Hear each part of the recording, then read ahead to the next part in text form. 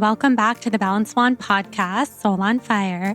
I'm your host, Jordan Younger, and today's guest is the incredible Marianne Williamson.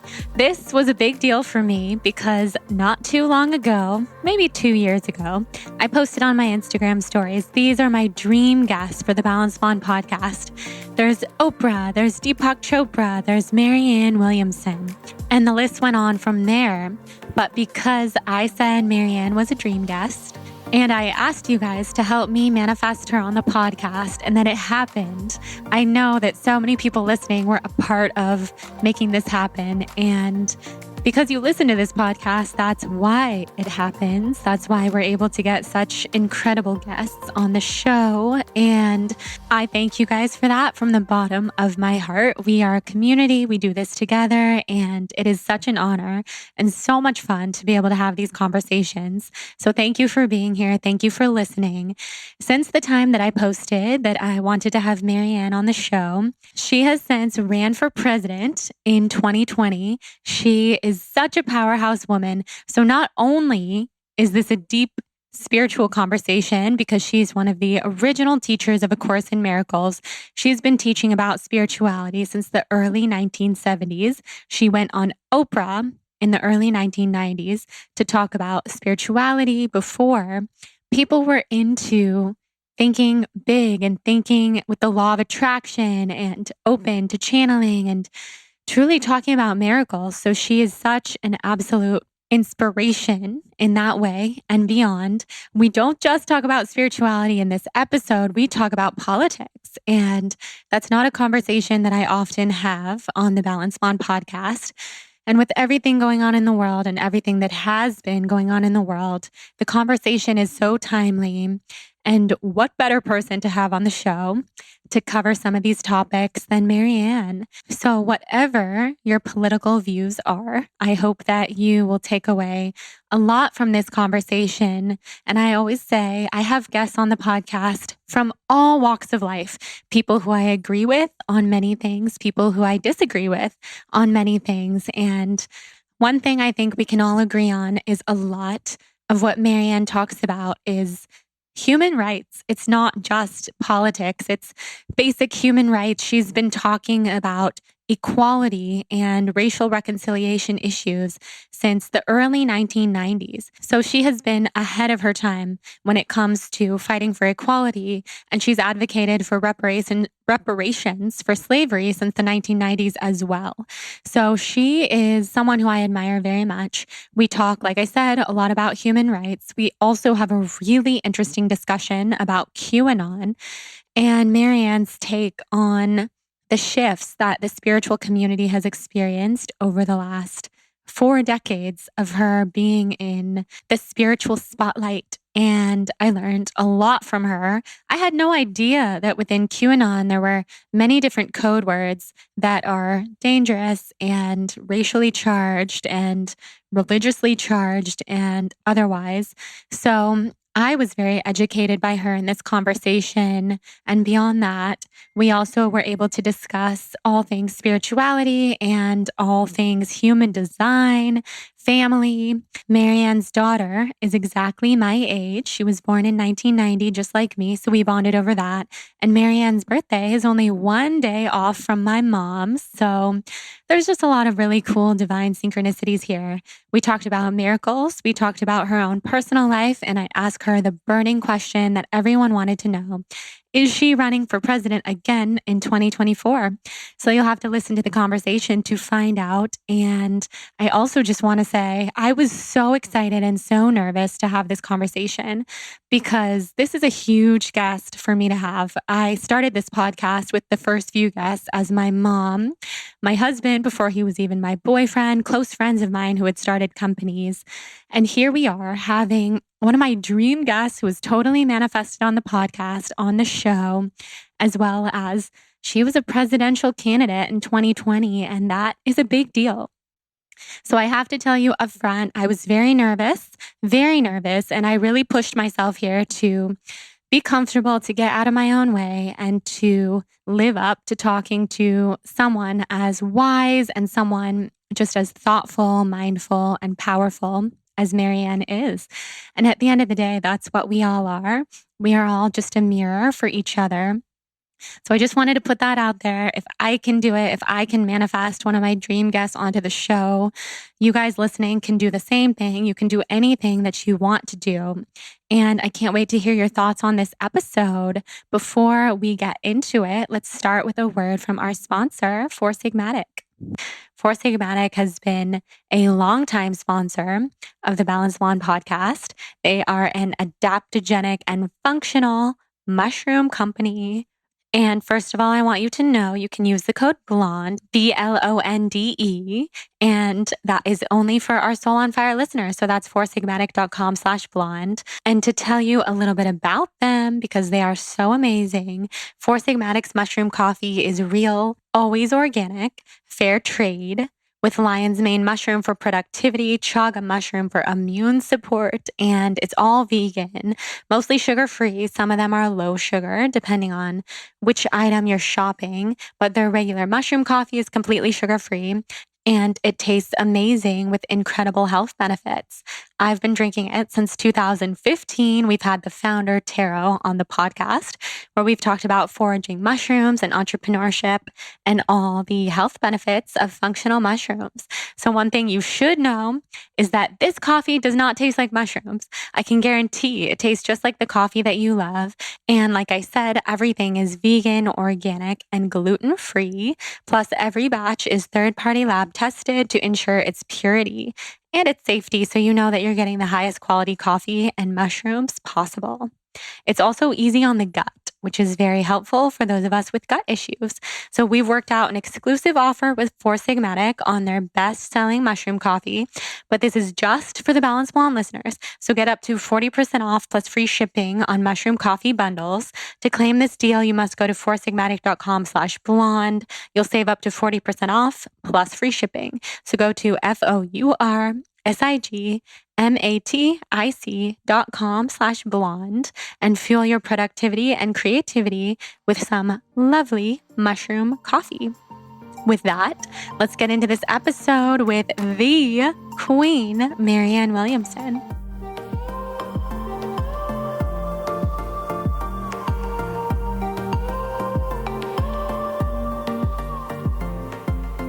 Okay, Marianne, I'm so happy to have you here. Thank you. Been such a fan for so long.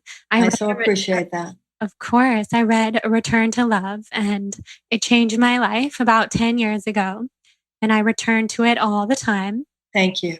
Thank you. It's wonderful to have you here. And I just want to get started by hearing about what was your introduction into the spiritual world? Well, even when I was a child, I had a real strong sense of God. And I mean, I grew up in a traditional Jewish home, but they weren't Orthodox or anything like that, although my grandfather was. But I just had a sense of all that. I prayed at night very fervently when I was a little girl, like many little children do. And then when I was in high school, I remember reading my first astrology books and, all of those more esoteric things. And then when I was in college, I would study comparative religion. And I realized that I had just as much interest in the more esoteric as I had in traditional academic theological issues. Anything that had to do with the higher mind or more to the world than just what we see with our physical eyes and hear with our physical senses. So I was always interested, but I wasn't particularly adept at applying any of those things to my life in a way that really made me see a practical difference.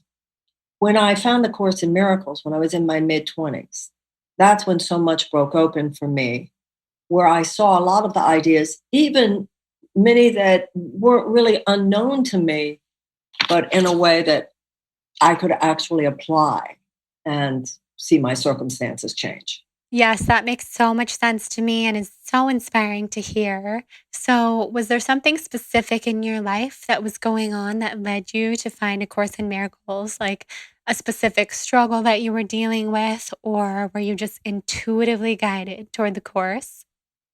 You know, I think the 20s are hard. I don't know. How old are you, Jordan? I just turned 30, so I can definitely speak to that. The 20s are hard. I think the 20s are hard for most people.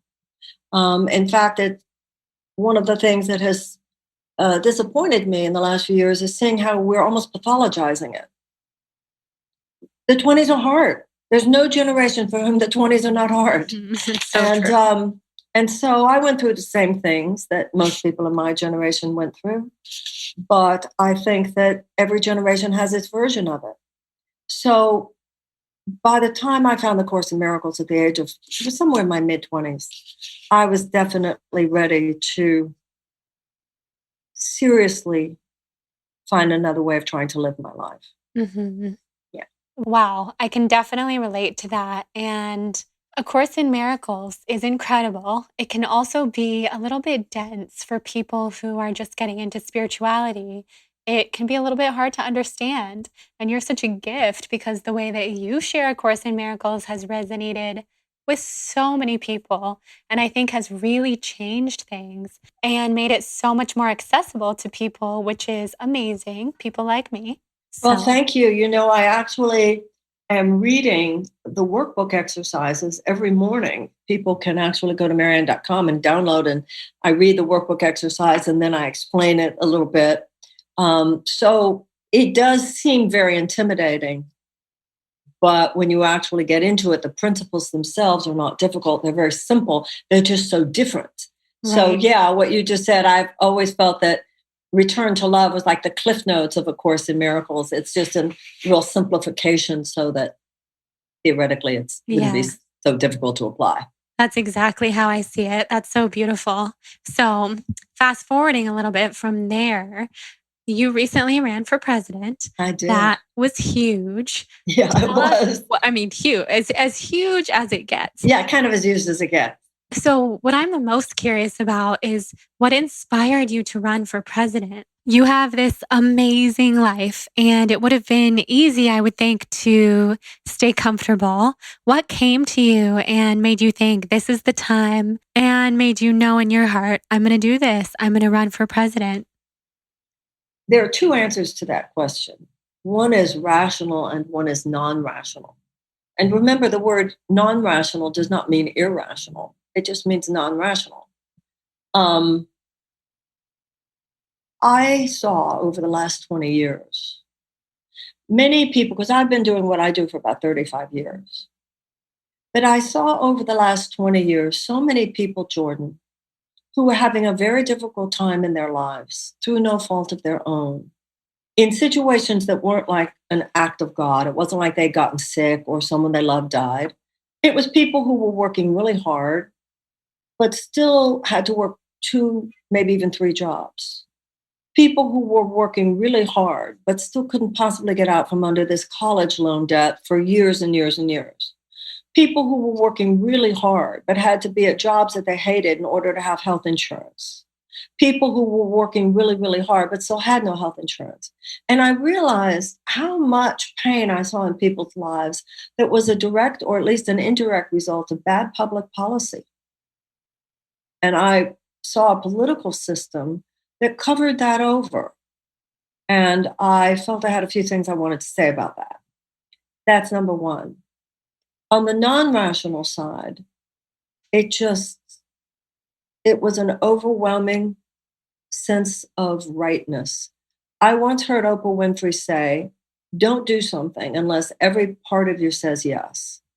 And it was something that every part of me said yes about doing. Wow. Okay, that makes sense. So it came into your consciousness. It was a huge yes. And then you listened and you decided to run. What was that like? I got on video and I said, I'm thinking about running. I didn't ask for money. I just said, I'm thinking about running. And there was a donate button, but I purposely didn't ask for money. And $400,000 came in. And I took that as a sign from people to do it. And from there, it unfolded. And I, of course, it was quite a ride. It was equal parts brutal and exhilarating. And I hope, Jordan, that many more young people will run for office. Because right now, our politics is dominated by lawyers and accountants and traditional political thinkers. And some lawyers and accountants and traditional political thinkers are lovely people, don't get me wrong. But the mindset that dominates politics got us into a terrible ditch. And what that system says is that only people who have had years of experience within that mindset should be considered qualified to lead us out of the ditch. But I don't agree with that. We need more healers and philosophers and artists and poets and farmers and scientists and teachers and people like many of the people who probably listen to your podcast. I totally agree with you. And I hope, and having been within that system and having had that experience, I believe it even more strongly because there are two parallel universes, as it were. There's the actual people of the United States, and we're dignified, decent, good people. And I felt talking to voters that if democracy really worked, then the collective wisdom and group conscience of the American people guided this country, we would be fine. But instead, there's this sort of political media industrial complex, this establishment backed by billions of dollars. And their ideas are not necessarily the best ones. And I think that we just came so close to an absolute calamity. And I think a lot of people are thinking about what do we have to do now so that we don't go back to the kind of situation that produced that catastrophe. And to me, it means a lot of people like yourself, Jordan, people your age, people who would never have even thought that politics might be in their future, I hope are thinking about right now, maybe I'll run for city council. Get started now. And that's what I would say to people your age, get started now. We're not going to fundamentally change this, politics until we have a different kind of people that get involved in politics at such a critical mass that they're not just sucked into the system and they don't just become part of it. You know what I'm saying? Absolutely. Well, yeah. I think you coming along and running for president made that so for many people to think about politics differently and to think that there can be a different kind of politician and to lead with love and lead with heart. That makes me happy. I hope so. And women too, you know, to not feel that we have to be anyone other than we are. Yes, I absolutely agree with you on that. And that was something I was going to ask you.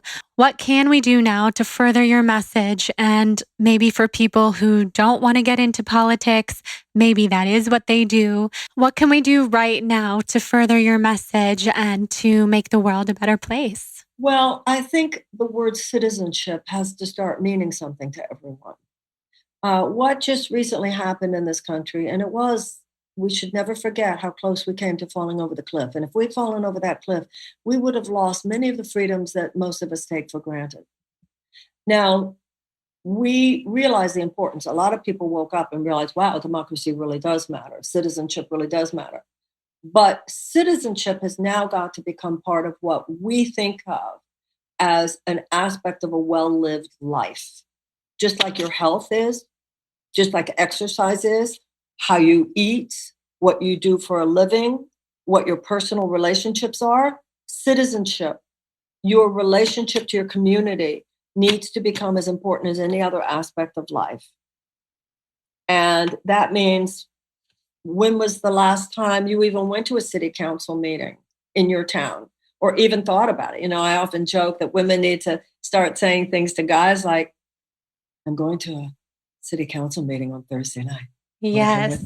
Yeah, it's the new hot day, right? Sexy. That it becomes the new cool in ways that for too many people didn't. Meanwhile, people that you would not want making major decisions for your life were running for city council. Mm. They are running for the city boards and school boards and local offices and state. And then all of a sudden you look around, you go, what's happened in this country? Well, that's what happened. We looked away. And I think that that's what you learn about, it's just like your health, Jordan, or your body. You can't afford to look away. You can't afford to not tend to it. Absolutely. So everybody wants to know, are you going to run again in 2024? I described to you the kind of overwhelming sense of yes that I got last time. There's a line in the Course in Miracles that says, beware the temptation to self-initiated plans. If it's just something that you come up with, it's not going to go well. Mhm. So, That's true. and also, like I said, it was exhilarating, but it was also brutal. I mean, you couldn't open up your computer that somebody wasn't saying something horrible about me. Oh my She's God. dangerous. She's crazy. She's anti-science. She's anti-medicine, which really goes back to some ancient misogynistic or Mhm. woman who doesn't say what you think she should say stuff. So I would only do this if that happens again. And I Mhm. have no idea if that will ever happen again. If I ever get that kind of alignment of gut and heart and mind that's like, psh, then I will. But if that doesn't happen, then I won't. Well, that's inspiring. I needed to hear that because I make so many decisions. I try to make so many decisions about the future, also knowing we can't make that decision until that time comes. Well, not just that. From a perspective of A Course in Miracles, where it says you should make no decisions for yourself, the Course in Miracles talks about the concept of the internal teacher. In the Christianity, it's called the Holy Spirit, whatever, intuition, the idea that there is an internal radar or guidance system. And what the Course in Miracles points out is that that part of your mind knows what's going to happen tomorrow. You don't know what's going to happen tomorrow. You don't know what's coming around the bend. And also, that part of your mind knows how your efforts can best work with the efforts of other people to bring about the greatest good for all living things. You Mhm. can't, with your rational, mortal mind, know those things. And that's why a more devotional life spent in prayer and meditation makes you a more finely tuned intuitional instrument. And that's why I said, even in a decision like that, my ego mind is not the one that should make that decision. Well, that's so freeing too, to It know that is you so can freeing. surrender. Exactly. Right. It's so freeing. I think it's so I don't know. right. Leave it up to the higher power. Mhm. That's beautiful. And I love what you say about we're all one and a drop in the ocean. And it's true. I mean, that goes back to what you just said as well. Mhm. So I'm curious, what is your everyday spiritual practice? Well, I am a student of the Course in Miracles, and I have it like on the other side of my room. There's a coffee table in my living room, and I keep the book open, and I am very convinced from experience that my doing whatever your meditation practice is, whether it's Course in Miracles or a Buddhist practice or a Kabbalistic practice, um, transcendental meditation, whatever your meditation or prayer practice is in the morning. The Course in Miracles says 5 minutes centered like that in the morning will guarantee your thought forms are guided by love. You will have a completely different nervous system. If you wake up in the morning, it's like you take a shower, you take a bath because you want to get yesterday's dirt off your body. But if you don't take time of meditation, quiet, reflection, whatever your practice is, you're carrying yesterday's stress into the day. So I have learned I can be a danger to myself and others, because if I don't, because the world we live in is so frantic right now. And if you just wake up in the morning and you go to the computer, you go to your phone, you just download the craziness of the world, then there's no reason why you should be surprised that you're depressed by noon. Right. So my practice, I heard Bobby Roth, he heads the Transcendental Meditation organization, and one of them, the David Litch Foundation, and he said, "Oh, Marianne, you should never drink your coffee before your meditation," but I just haven't been able to pull that off. So Mhm. my morning thing is I get my coffee and I go over there and I read my workbook exercise, and everybody who works with me or knows me knows, leave me alone in the morning. Don't even come close. Don't even I really feel how much time it takes to get myself where I need to be to face Right. this world. Yeah. Well, that makes me feel better about my morning coffee with my meditation to know that you're on the same page. Yeah, it's like, it's not going to happen. Oh, absolutely. With the workbook, A Course in Miracles, do you go in order or are you guided toward a certain page? Well, every year is different. When you first do it, of course, you really need to go in order. And as I mentioned you before, I read them. They're on video, and then me talking a little bit about it. If anybody's interested, you can download those at marianne.com. Every year I do differently because I've been doing it since the 1970s. But this coming year, and this is why, or the year we're now in, and this is why I decided to record them, I am taking it day by day. If you do it one day at a time, which you need to do if you're a new student, because it's a specific curriculum, the exercises, the first half of the year, are dismantling a thought system based on fear. And the second half of the year is building up a thought system based on love. And that's what the journey of enlightenment is. It's shifting from one filter through which you see the world into another filter through which you see the world. And the filter, the perceptual filter that you bring to your experience will completely determine which world you see.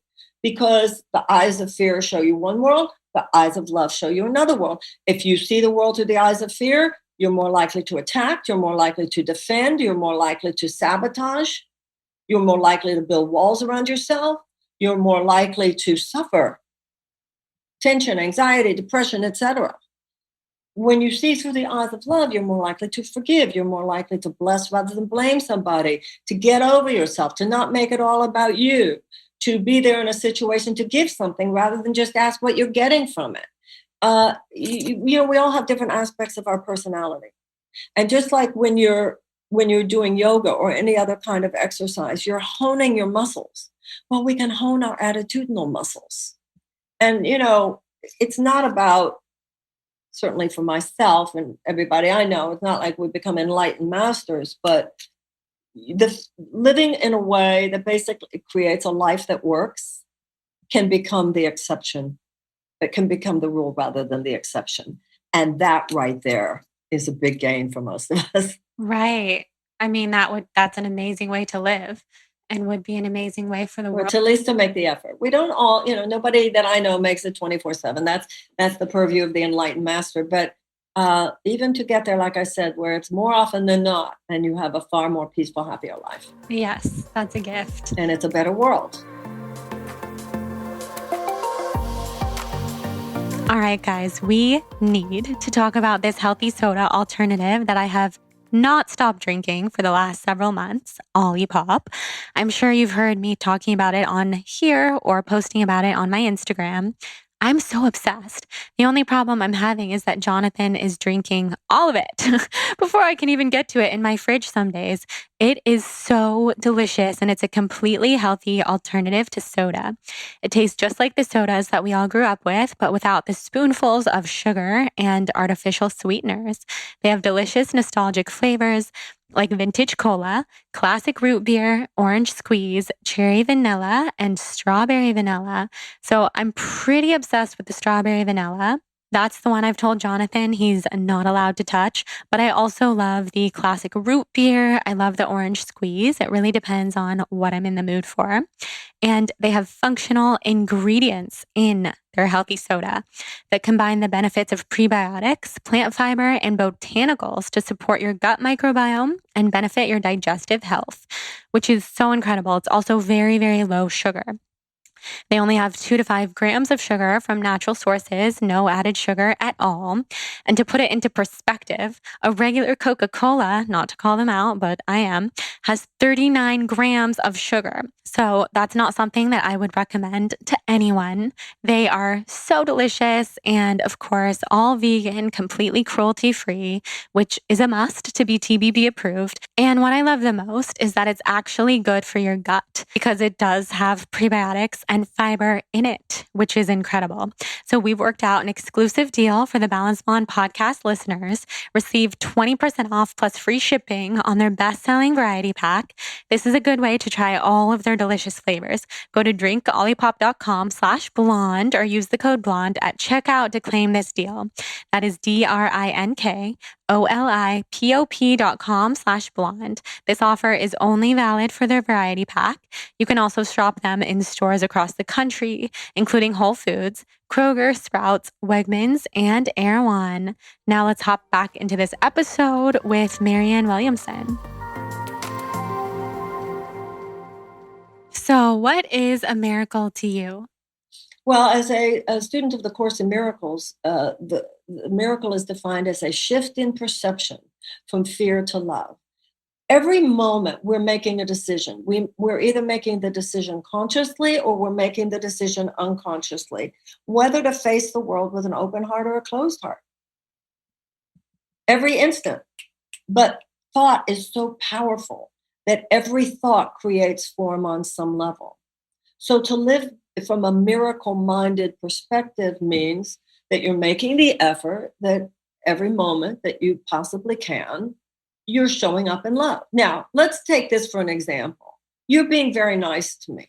So because you're being very nice to me, there's no impediment to my wanting to be available to love between us, okay?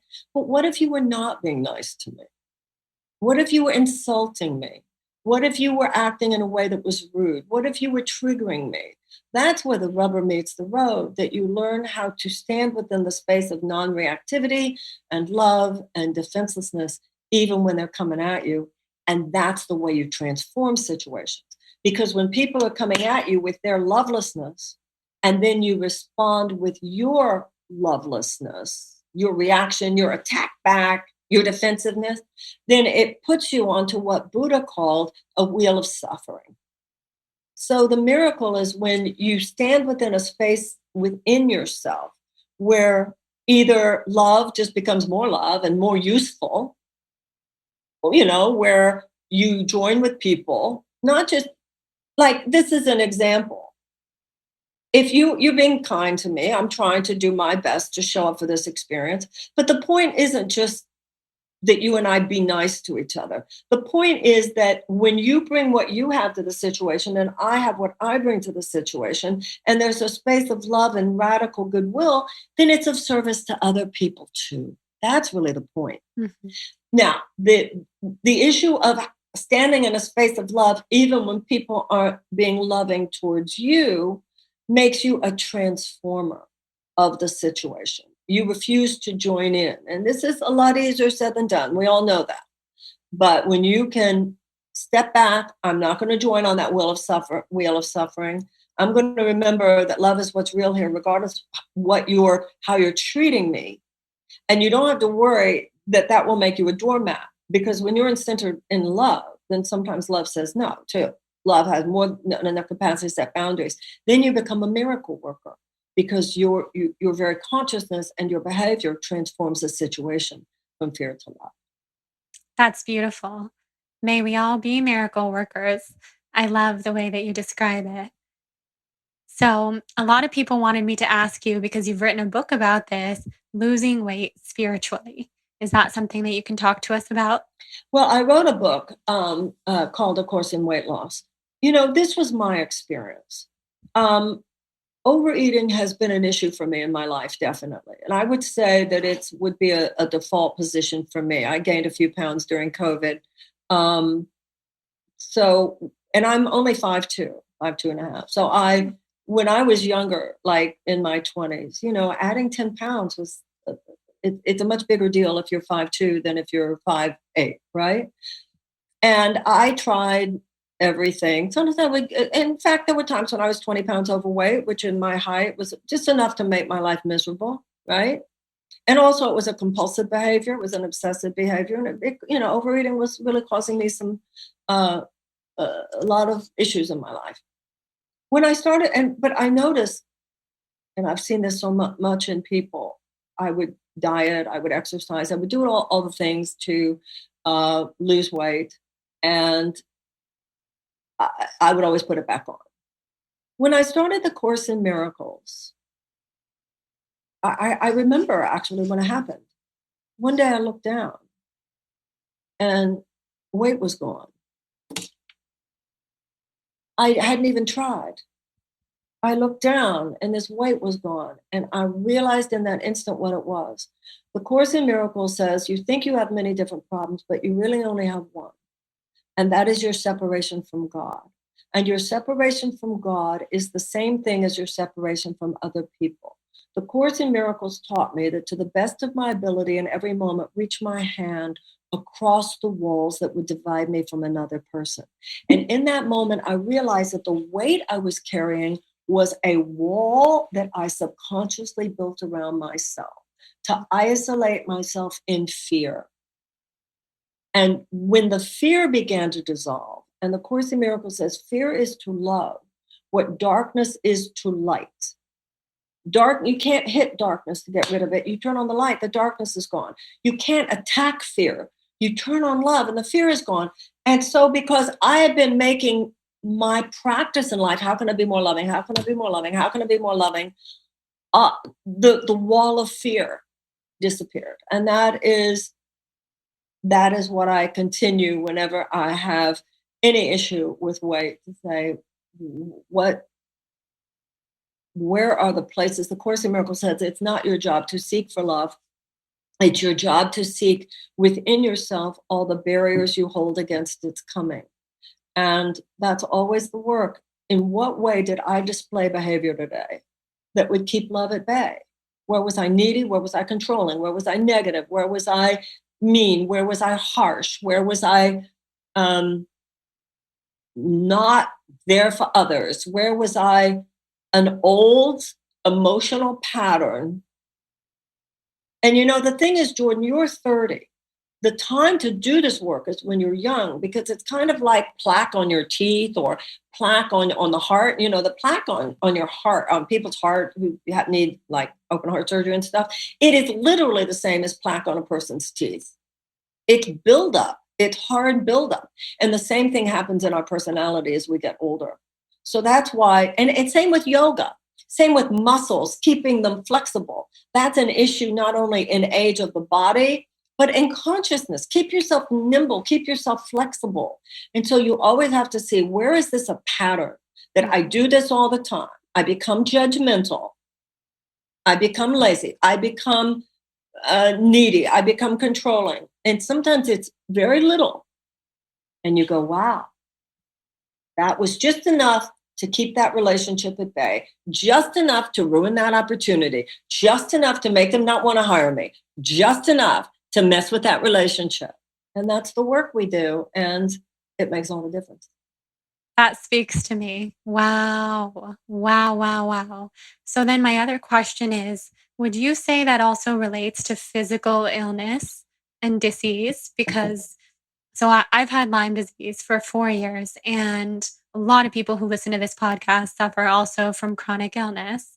And I'm always trying to figure out the spiritual connection to my body and to these physical symptoms of pain, which Right. remind me of what you're talking about with the weight.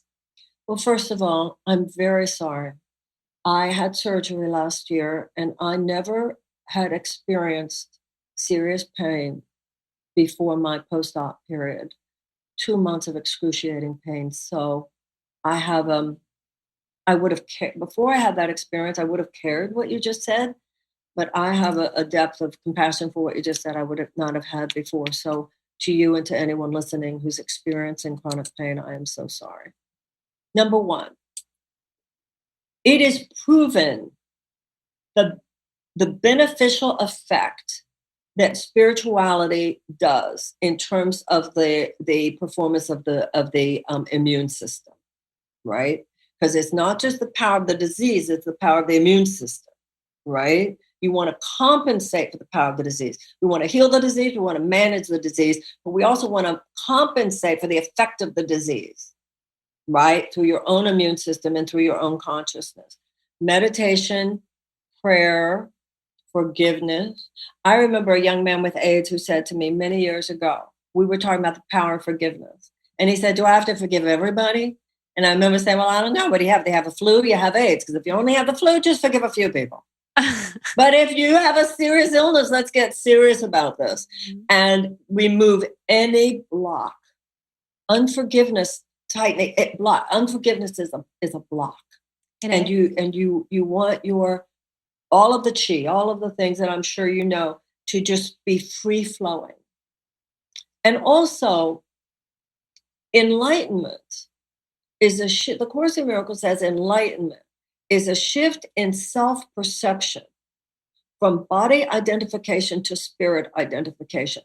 One of the problems with chronic pain, one of the problems with any kind of sickness or pain, is that it makes us have to think about the body so much. Right. That's part of the problem. It is. It's your doctor's job to think about the body. It's certainly your job to take care of the body, but not to be obsessed with the body, because the Course in Miracles says that the body heals when we're not looking at it. The Course in Miracles says that you were created to hold the body lightly, and that holding it in heavily to too much concentration on it puts a stress on it it was not meant to carry. Wow. So the more work that you do, that is the work of the spirit disconnected from the body, every time you meditate, every time you're involved in activity where you're not putting the pressure on the body, gives the body a greater chance to heal.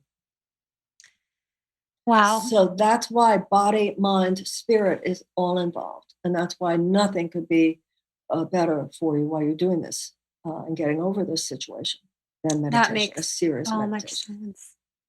Yeah, I know it's such this over identification with the body when you're very sick. And I've so recognized this obsession that at times in my life, not long ago at all, that took over. So how can I feel good today? What can I do? Because this hurts and that hurts. And it really does take you away from that inner peace, the spirit that you're talking about, the ability to heal and return to love.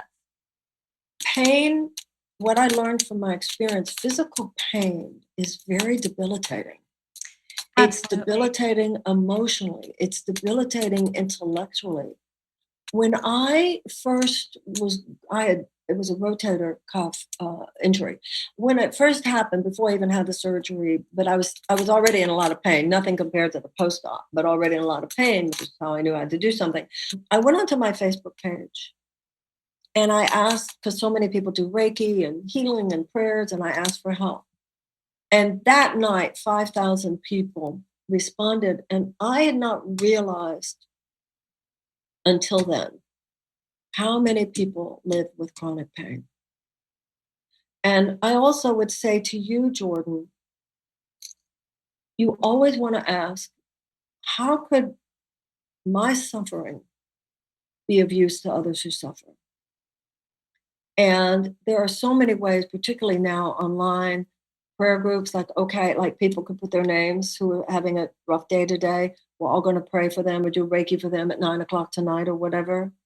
And you already are, of course, using your work as a platform to discuss these things. But you can go deeper and deeper into it in terms of synchronized prayer, synchronized meditation, all those ways. The answer always has to do with things we can do joining with other Mhm. people. Yeah, that's very helpful, and it makes a lot of sense. So, on a different note entirely, I'm so curious because you've been part of this spiritual community since the 1970s. It has changed Wow. so much. I mean, I was born in 1990, but I know it has changed so At much. my daughter's So, age. oh, I love that. I knew that actually, and I love that. So how has it shifted and what has that meant for you in your life? Does that feel like more people are more accepting of the message that you share? I think it's shifted in some negative way. Mm, When I started, there was no career path. You weren't ambitious for anything. Today, it's been so taken over by a kind of capitalist mentality. Too many people, in my opinion, take a couple of seminars and call themselves spiritual teachers. too many people dabble in a little bit of this, a little bit of that, and then call them spiritual guides. I think that's very unfortunate. Um, it has become, at first, it was great that it was becoming such a mainstream part of the culture, a kind of non denominational spiritual approach to life. But it's become too much among certain segments about branding and career ambition, which wouldn't have even occurred to me when I began because there wasn't a career to be ambitious for.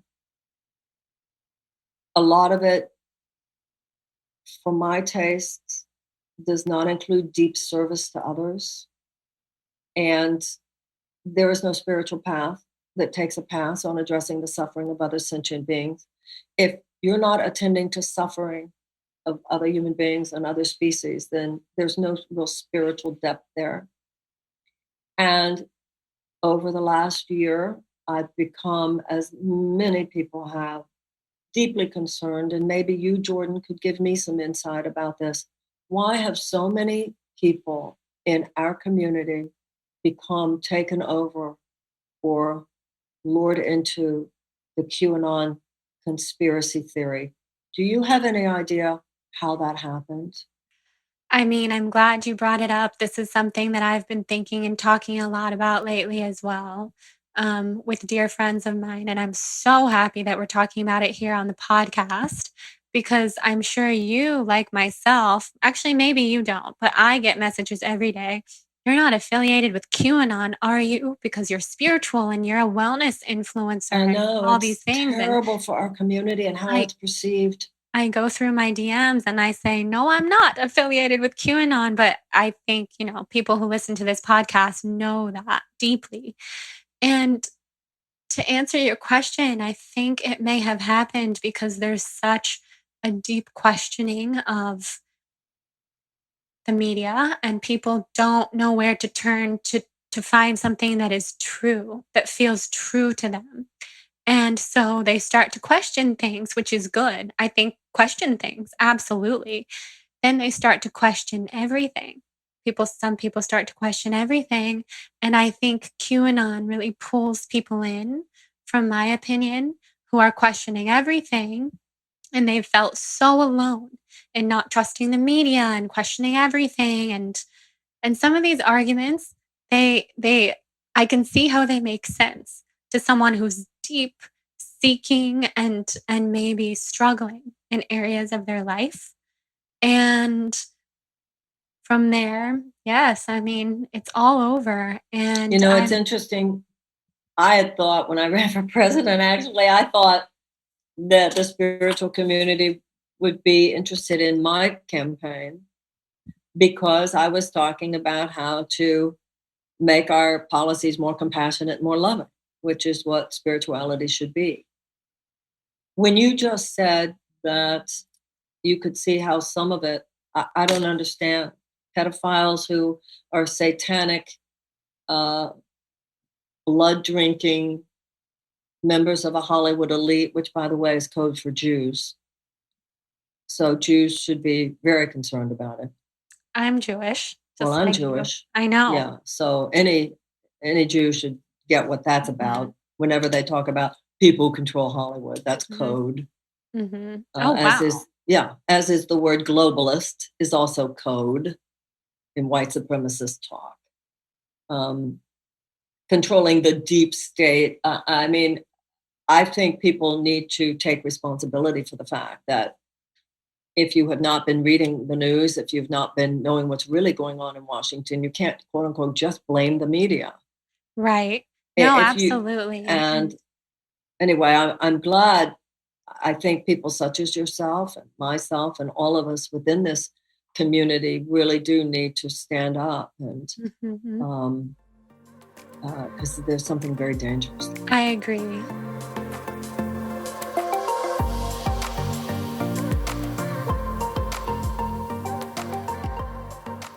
Okay, so I am loving how many of you are loving the sober life. And even if it's not the sober life, just the sober, curious life, I don't judge. But I personally love that I haven't had alcohol in 2 years, and I'm having so much fun drinking Groovy. Groovy is a new line of craft alcohol-free beverages, beers and wines out of Colorado. They were founded by 2 siblings, and this family-run business was inspired by a health-focused family who was searching for healthier alternatives to alcohol. They wanted to create a brand that was fun, youthful, and proud to be alcohol-free. And I can say it is fun. Like, you crack these open, you feel like you're drinking rosé, but with absolutely no alcohol. Their bubbly rosé is gluten-free, which I love. And their mission is that they strive to create an inclusive community focused on making better choices within our daily lives. They truly believe in a world where everyone can feel comfortable in social settings, regardless of what's in your cup. I love that because I've always felt comfortable not drinking in social settings, but people ask me all the time, are you uncomfortable? Do you not want me to drink around you? I've never felt that way at all. And having one of these in your hands will make you feel even more confident. So it's absolutely, completely alcohol free. They have Prosecco. They have a bubbly rosé. They have beers like IPA, stout. I can't even pronounce a lot of them because I never drank real beer, but I love it. And all of their wines are gluten-free, sulfate-free, no added sugars, and only 50 calories. And I think you guys are going to love it. So whether you did a dry January or you're just looking to head into this next month hangover free, which I love, Groovy is a great option to have on hand during your booze-free journey. They'll be sharing fun recipes, tips, and daily journaling prompts on their Instagram. So check them out there at Get Groovy. And you can order Groovy online at getgroovy.com. That's spelled GRUVI. And you can use the code BLONDE, BLONDE, to save 10% off online. I know you guys will love. Now let's head back into this episode with Marianne. I feel hopeful because I have seen more people speaking up. I've seen a lot of people in the spiritual community just within the last week dismantling QAnon on their Instagram story. Oh, good. Really, really, really. Yeah. Oh, it makes me very happy to hear that. I've been reposting some of it, but I'm inspired to talk to you about this right now because you raised some good points about it and things that I think you know more about it than I do. So I've only dipped into theories here and there. And there's no element of it that's good. No, I don't think there's any element of it that's good. No. Wow. So I can see then why you would say things have changed in a negative way. And do you think that social media plays a role in that? Well, I think social media is both. I think definitely more really lies, disinformation, horrible things can be shared on social media, but so can many wonderful things be shared on social media. You know, there's a part in the Course in Miracles where it says that the material world is neither holy nor unholy, except as determined by the purpose you ascribe to it. If you're using social media to spread love, good information, deep conversation, or when you and I were talking about people who are in chronic pain who can get in a chat room, I mean, and let's pray together. I mean, we have also seen the wonderful things. You know, sometimes at night, it'll be late at night, I can't sleep, and I'll get on Twitter, and I feel like it's just like this dinner party where all these people don't know each other and don't even know each other's names, are having some of these very interesting conversations. But we also know the very bad things that can happen. And that's what people like Facebook and Twitter are all dealing with right now. You know, this is another thing about being Jewish. You know, when Twitter shut down Trump's Twitter page, and I think it might be back up again now, but when they did that, there was a lot of conversation that Americans really need to grapple with because First Amendment, freedom of speech. But as Sacha Baron Cohen said, who was a leader in Get Him Off Twitter, said, if Hitler were alive today, he would be buying 30-second ads on Facebook.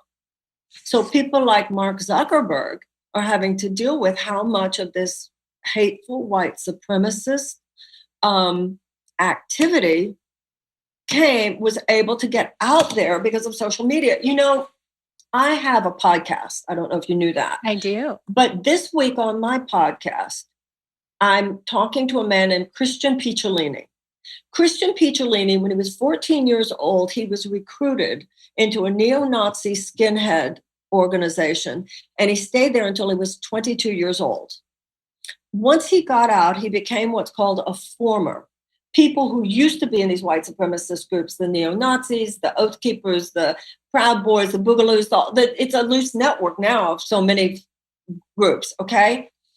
And he now is a de-radicalizer. He helps people get out of that. But you know what he said? These people have become so sophisticated with their recruitment. They go into teenage chat rooms on depression. Wow. They go into teenage chat rooms for autistic kids. Oh my gosh. They prey on people who are looking for community, identity, and purpose, he says. So these are very serious issues. And I think also, Jordan, for women your age, and like I said, my daughter is your age, I think that we live in a culture which has invited us to remain children for too long.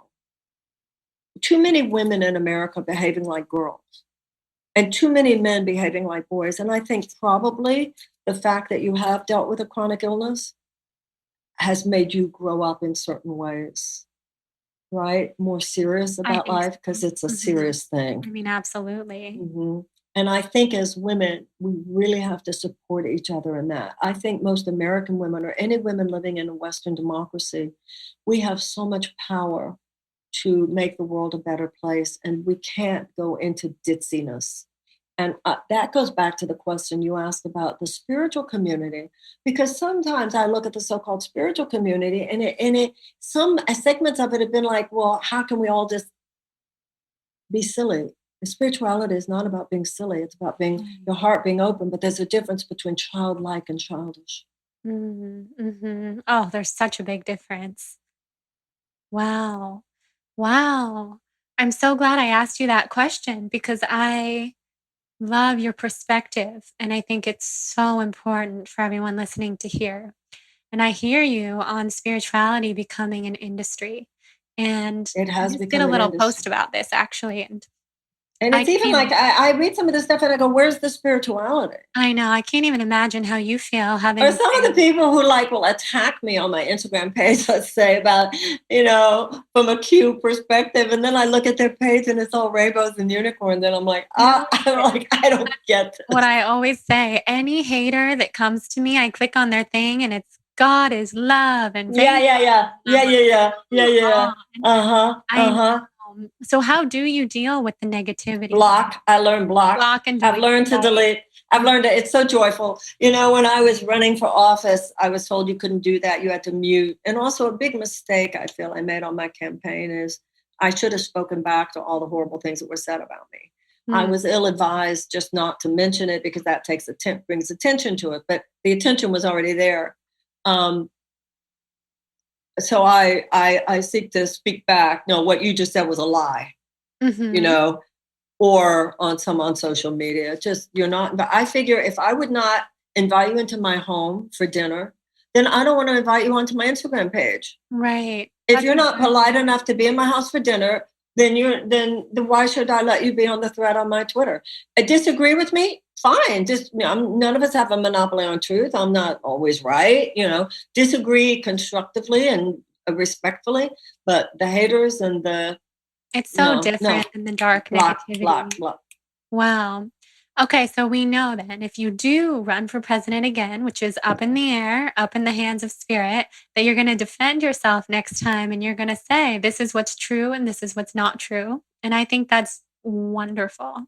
Thank you, Jordan. And I have no idea if it'll ever happen, but if it does, I will count on you to remind me of that if I ever forget. I will. I'll play this clip for you. That would be great. I will. That's the great thing about recording conversations. So I want to ask you a few of the rapid fire questions that I ask anyone who comes on before we go. Do you know your human design? No, but I know a woman named Robin. I think her name is Robin Wynn. And she has promised to do it. I've always heard such good things about human design, but I haven't done it yet. Amazing. Well, if you know your birth time, we can look it up. Do you know? Okay, sure. The date or the time? Well, you can give me all of it. I'm going to pull it up as we speak. This is going to be so fun. And then your friend can still read your chart for you and Right. go deeper. But let's see here. I'm pulling it up on a human design. So your birth year is 1952. only the same Ju- age as my mom. Cool. And you're the same age as my daughter. Pretty much meant to be there. Uh-huh. Birth- July 8, 1952. my mom's July 9th.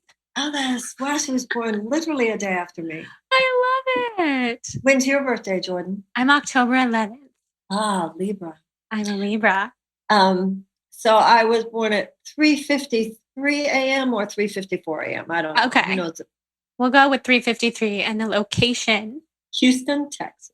Houston, Texas. You're a Texas girl. Everybody I know is moving to Texas. Yeah, everybody's going to Austin. Yeah, I know. Everybody. Okay, so you're a generator. That doesn't surprise me at all. That means that you have a generator inside of you that powers you through life. Yeah, You're a apparently generator. so. You're a Pardon? lit up, juicy, beautiful generator. I see it so deeply, and you're a 2-4, which means you're the easy breezy genius. I don't know about the easy breezy part. I think there's some people who would, and there are people who disagree with the genius part too, actually. Right. But thank you. Oh, Those sound lovely. I so agree with it. So you can tell your friend who reads charts, you're a 2-4 generator, and she can tell you everything. And so now we know you're also a Cancer. Yeah, I am. Do you know your moon sign? Capricorn. Capricorn. I do know pretty much about astrology. I think it's fascinating. Oh, me too. And you're rising? Gemini. Gemini. I do tend to talk a lot. Well, we love Geminis, love air signs. As a fellow, my daughter is a Gemini. Oh, is she? Mm-hmm.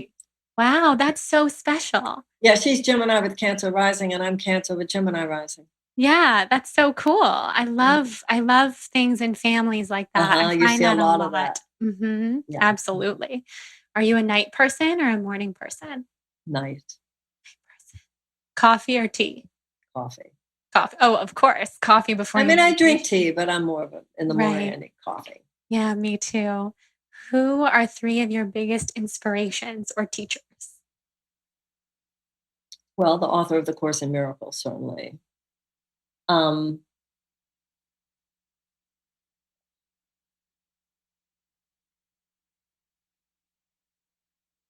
I think anything that comes from spirit.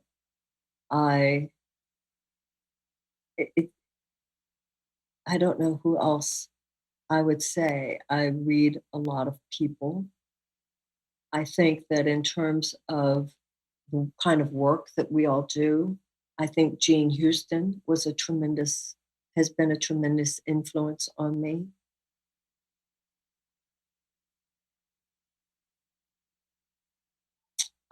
I listen now when it comes to political and social things. I listen a lot to someone named Matt Taibbi. I'm going to look him up. Yeah, Amazing. do. Amazing. Yeah. Where do you see yourself in the next 5 years? I hope happy. I hope happy too. I think best. You learn that happiness is not circumstance dependent. And the ego mind, doesn't really know. You think, well, I'll be happy if this happens, or I'll be happy if that happens. But you don't really know. You really be happy if you're living your highest best, and you can't know kind of what the assignment's going to be. I will add there, though, one thing that I know would make me happy is grandchildren. Grandchildren. That's so exciting. I'll put in grandkids, hopefully. Yes. Oh, would love that so much. And so would my daughter, so that's a good news. Okay, good. Yes, that's the best. Wow. So this is not a typical rapid fire, but I'm going to ask this to you. Okay. What is it like to be on Oprah and to know Oprah so well? Well, Oprah is in person who she is publicly. So when you're sitting on the couch with Oprah, you feel like you're sitting on the couch with anyone else. And that's why she gets such good interviews, because she makes people feel like we're just talking. She's a very genuine person, and she's done so much good for the world. And I'm just very grateful to her for what she gave to me, which was a career, really. That's incredible. Wow. I've listened to all your interviews with her and conversations, and they're all so good. And I know she Well, just she's great. looks to you as a teacher, which is No, I don't think she special. does. I think that was a kind of myth that people made up. Oh, I thought I heard her say that.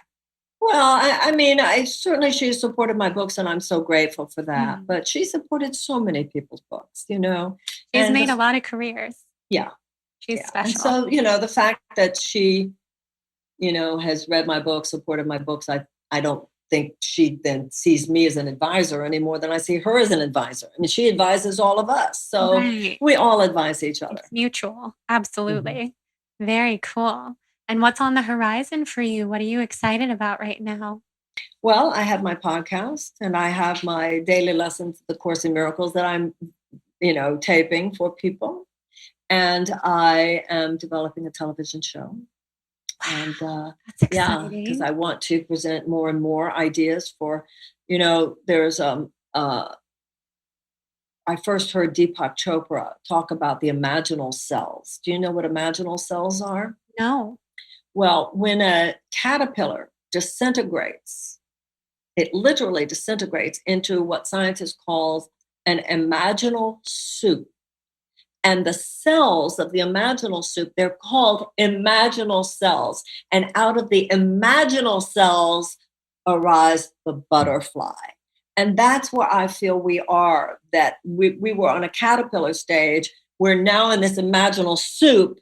And I want to do a television show where every night we can talk about, this is the way it is, but this is how it could be. And these are the Wow. people who are doing it the way it could be. And this is how you can participate in how it could be. And this is how we'll transform the world. We'll I all love imagine that. ourselves. Oh my gosh. Well, so that's where the world is, then That's you where the would world say. is. That's a lot to think about. But I agree with you. I mean, having heard you say that, I do.